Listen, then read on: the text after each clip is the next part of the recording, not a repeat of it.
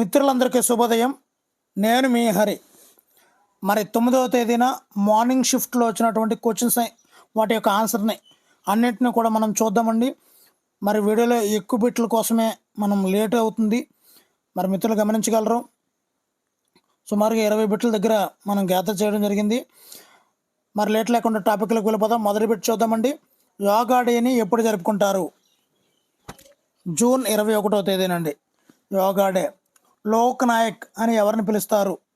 జయప్రకాష్ నారాయణ అని. మరి మిథిలి భాషను ఏ రాష్ట్రంలో మాట్లాడతారు? మిథిలి భాషను బీహార్. మరి దేశాలు రాజధానులు మ్యాచ్ ద ఫాలోయింగ్ ఇవ్వడం జరిగిందండి. మరి అదేవిధంగా నదులు దేశాలు, మరి ఆంధ్రప్రదేశ్లో జిల్లాలు కేంద్రాలు, ఈ విధంగా మ్యాచ్ ద ఫాలోయింగ్కి అయితే రెడీ అయిపోవాలండి మీరందరూ. Next, who was the father of civil aviation in India?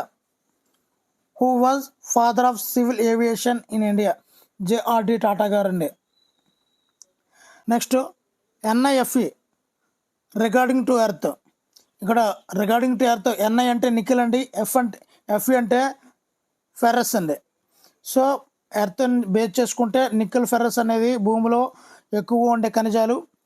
అదేవిధంగా భూమి అంతర్భాగంలో 3 పొరలతో ఉంటుందండి, 3 పొరలతో ఉంటుంది. మరి ఆ 3 పొరల్ని మనం బాగా అబ్జర్వ్ చేసుకున్నట్లయితే భూమి యొక్క పై పొర క్రస్ట్ అండి. మరి క్రస్ట్ కింద ఉండే రెండో పొర మాంటిల్. మరి భూమి యొక్క కేంద్ర భాగంలో ఉండే భాగమే కోర్ అండి. అంటే భూమి యొక్క అంతర్భాగం ముఖ్యంగా 3 ప్రధాన పొరలుగా విభజించబడింది: క్రస్ట్, మాంటిల్, కోర్. సో ఈ విధంగా మనం చెప్పుకోవచ్చండి.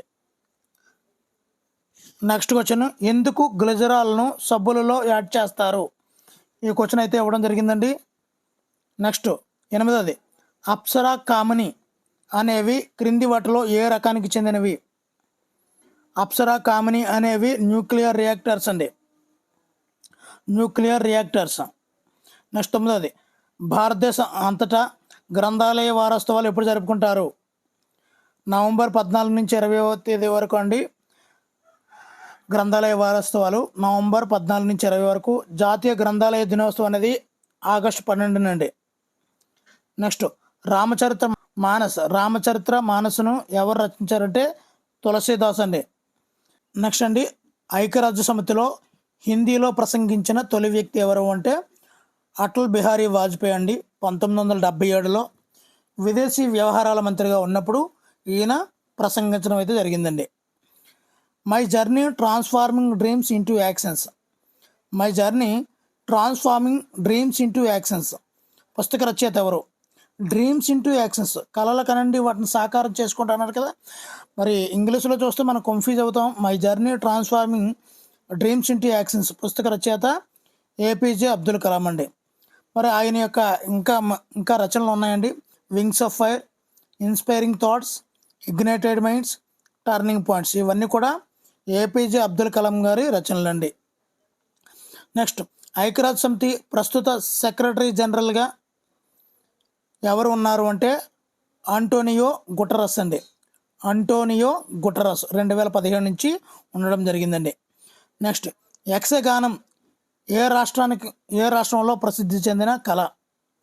యక్షగానం కర్ణాటక అండి, కర్ణాటక. అదేవిధంగా ఆంధ్రప్రదేశ్ షెడ్యూల్ కులాల ఆర్డినెన్స్ ఎప్పుడు అమల్లోకి వచ్చింది? ఇక్కడ ఏప్రిల్ 16న ప్రకటించడం జరిగారు. మరి రాష్ట్ర బడ్జెట్లో ఏప్రిల్ 17న ప్రచురించడం అయితే జరిగింది. ఇందులో మొత్తం ఈ యొక్క ఎస్సీ ఆర్డినెన్స్లో 3 గ్రూపులుగా విభజించడం అయితే జరిగిందండి. Group A Relli, group B Madiga, group C Mala. ఈ విధంగా విభజించడం అయితే జరిగిందండి. నెక్స్ట్ 16వది, 2024 ఒలింపిక్స్లో భారతదేశం యొక్క స్థానం ఎంత అంటే 71వదండి, 71వది. నెక్స్ట్, పాటలీపుత్రం ఏ రాజ్యాన్ని పోలి ఉంది? ఇక్కడ ఈ విధంగా ఇచ్చాడండి. మరి 4వ ఆప్షన్ చెప్పడం గుర్తులేదని చెప్పారు. సో ఆ విధంగా రాశాను. ఆన్సర్ అయితే ఆప్షన్ 1 మాసిడోనియా అండి. పాటలీపుత్రం ఏ రాజ్యాన్ని పోలి ఉంది అంటే మాసిడోనియా. అదే నిన్నటి రోజున లిల్లీ పువ్వుల దేశం అడిగాడండి, కెనడా. అర్ధరాత్రి సూర్యుడు ఉదయించే దేశం అడిగాడండి, నార్వే. సో ఇలాంటివన్నీ కూడా బిట్లు అన్నీ వస్తున్నాయండి. మరి వీడియోలో ఉన్నటువంటి బిట్లు నచ్చితే తప్పనిసరిగా లైక్ చేయండి. మరి ఇలాంటి అప్డేట్స్ కావాలనుకుంటే ఛానల్ అయితే సబ్స్క్రైబ్ చేసుకోండి. Thank you for watching. Me Hari signing out.